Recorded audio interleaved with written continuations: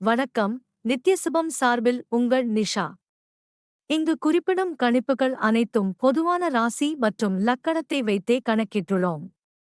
உங்களது தனிப்பட்ட கணிப்பை எங்களது வலைத்தளத்தில் பெற்றுக்கொள்ளலாம். மேலும் எங்கள் வலைத்தளத்தில் ஜாத புத்தகம் பரிகாரங்களுடன் திருமண பொருத்தம், பெயர் பொருத்தம், ஜாதக கல் பொருத்தம் மற்றும் ஆஸ்ட்ரோ பொருட்கள் விற்பனைக்கு என பல வசதிகள் உள்ளது. வாங்கல் தலைப்பிற்கு செல்வோம். துலாம் ராசியில் பிறந்தவர்களுக்கு இந்த பிப்ரவரி மாதம் சில விஷயங்களில் மிகவும் சிறப்பாக இருக்கும். இருப்பினும் நீங்கள் சில பகுதிகளில் சவால்களை எதிர்கொள்ள வேண்டியிருக்கும். உங்கள் செலவுகளில் நீங்கள் கவனமாக இருக்க வேண்டும். இது உங்கள் நிதி நிலையில் அழுத்தத்தை ஏற்படுத்தும். கல்வி மற்றும் தொழில் விஷயங்களில் நல்ல பலன்களை பெறுவீர்கள். நீங்கள் எடுக்கும் முயற்சிகள் வெற்றியடையும். நிலுவையில் உள்ள பணிகள் முடிவடையும்.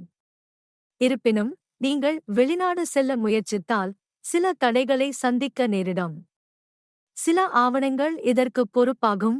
எனவே உங்கள் தரப்பிலிருந்து முழுமையாகச் சரிபார்த்த பின்னரே இந்த விஷயத்தில் தொடரவும். இல்லையெனில் சிக்கல்கள் ஏற்படலாம். ஆரோக்கியத்தில் கவனமாக இருக்க வேண்டும். மாத தொடக்கத்தில் சூரியன் மற்றும் புதன் போன்ற கிரகங்கள் உங்கள் 10ஆம் வீட்டில் செல்வாக்கு செலுத்தும். இதன் காரணமாக நீங்கள் உங்கள் வேலைக்கு முக்கியத்துவம் கொடுப்பீர்கள். உத்தியோகத்தில் உங்களின் உழைப்பால் அறியப்படுவீர்கள். கடினமாக உழைப்பீர்கள்.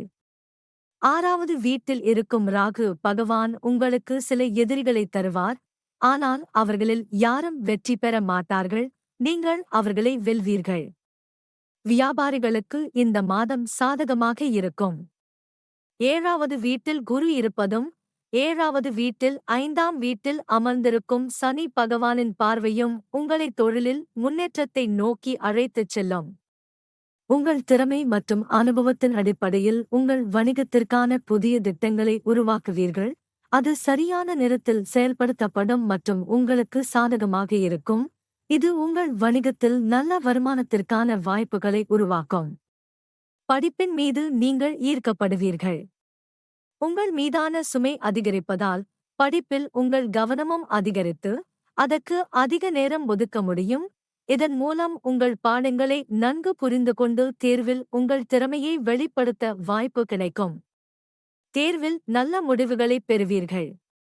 நீங்கள் மரியாதையுடன் பதிலளிக்கலாம்.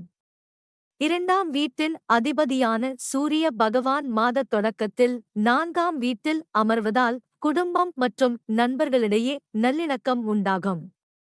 குடும்பத்தில் முக்கிய நபர்களின் கருத்துக்களுக்கு செவிசாய்த்து ஏற்றுக்கொள்வீர்கள். வீட்டில் சூழ்நிலை சாதகமாக இருக்கும். சொத்து மூலம் குடும்ப வருமானம் உயரும். எந்தவொரு சொத்தையும் வாங்குவது மற்றும் விற்பது இருக்கலாம். அது எந்த சர்ச்சையும் இல்லாமல் நடக்கும். இது உங்கள் அனைவருக்கும் மகிழ்ச்சியைத் தரும். இந்த மாதம் நீங்கள் உங்கள் அன்பை நிரூபிக்க வேண்டும். உங்கள் அன்புக்குரியவர் சில கோரிக்கைகளை முன்வைக்கலாம். அது உங்களுக்கு சவாலாக இருக்கும். ஆனால் நீங்கள் அதை நிறைவேற்ற உங்களால் முடிந்த அனைத்தையும் செய்வீர்கள். இது உங்கள் இருவருக்கும் இடையிலான உறவை முதிர்ச்சியடையச் செய்யும். ஏனென்றால் ஒருவருக்கொருவர் நம்பிக்கை அதிகரிக்கும் மற்றும் உங்கள் அன்புக்குரியவரும் நம்பிக்கையுடன் இருப்பார். உங்களைப் போன்ற ஒருவர் தங்கள் வாழ்க்கையில் இருக்கிறார் என்று அவர்கள் பெருமையாகவும் மகிழ்ச்சியாகவும் உணர்வார்கள். 7வது வீட்டில் இருப்பதால் குரு பகவான் உங்கள் திருமண வாழ்க்கையை கவனித்துக் கொள்வார். பரஸ்பர பிரச்சனைகள் குறையும். ஒருவருக்கொருவர் நெருக்கமாக விடுவார்கள். உங்கள் வாழ்க்கை துணை மத சிந்தனைகளால் ஈர்க்கப்பட்டு உங்களுக்கு சரியான ஆலோசனைகளை வழங்குவதன் மூலம் உங்களுக்கு வழிகாட்டுவார். உங்கள் மனைவியின் பெயரில் சில புதிய வேலைகளை தொடங்கலாம். இது உங்களுக்கு நல்ல வெற்றியைத் தரும். 12ஆம் வீட்டில் ராகு கேதுவின் தாக்கத்தால் செலவுகள் இருக்கும். செலவுகள் எதிர்பாராதவையாக இருக்கும். நீங்கள் அவற்றை சந்திக்க வேண்டியிருக்கும். எனவே ஒவ்வொரு சவாலையும் சமாளிக்கும் வகையில் அவசர நிதியை பராமரிக்கவும். மாத தொடக்கத்தில் 3ஆம் வீட்டில் செவ்வாய், சுக்கிரன் போன்ற கிரகங்களால் வெளி உணவில் அதிக ஆர்வம் காட்டுவீர்கள்.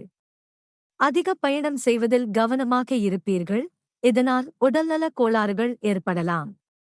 பரிகாரம்: புதன் அன்று ஸ்ரீ கணபதி அதர்வசிர்ஷத்தை பாராயணம் செய்யவும்.